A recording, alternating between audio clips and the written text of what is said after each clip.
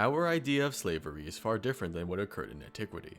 Unlike in contemporary history, ancient slavery was not based on race or skin color and was an unquestioned normalized aspect of society in which even former slaves participated in. Here's how it functioned and was justified in ancient Athens.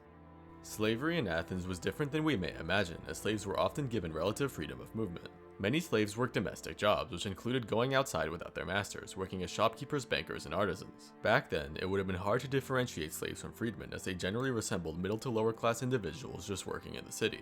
On rare occasions, slaves even had their own homes, jobs, and families, simply paying their owners a share of their profits. Many skilled jobs in Athens were even occupied by slaves like milling and pottery. This isn't to say that Athenian slaves didn't suffer from intense mistreatment or limitation of movement, because they certainly did, particularly those in agriculture and mining. It's just that some slaves, particularly domestic ones, worked differently than their modern counterparts. Slavery was also quite important for the functioning of the Athenian state, since the city's economy relied heavily on agriculture and exports, with farming, mining, and artisanry needing tons of manpower to operate. Additionally, slavery was important for Athenian democracy. The labor provided by slaves allowed middle and upper class citizens to function independently, to work for themselves and not another Athenian. This in turn allowed them to be financially independent and participate in the state's democracy, which was quite time-consuming. So slavery was deeply intertwined with how Athens operated, giving it a functional justification.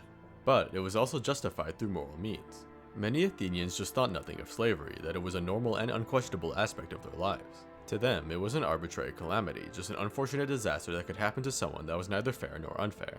When imagining a utopia, the Greeks could not even picture one without slavery, unless that utopia was incredibly primitive and had no concept of wealth or class. Aristotle, the philosopher, took this idea to the extreme.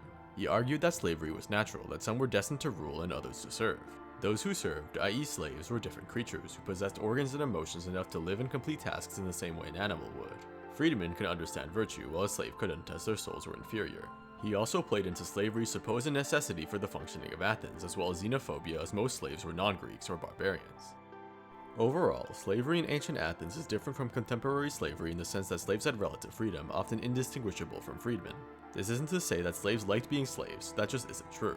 Rather, slavery in Athens just functioned differently and was so normal that no consideration was given to those who were enslaved.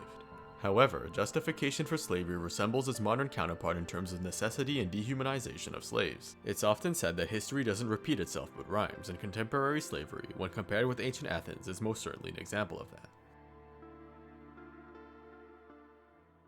Thank you for watching. Subscribe if you want to see more.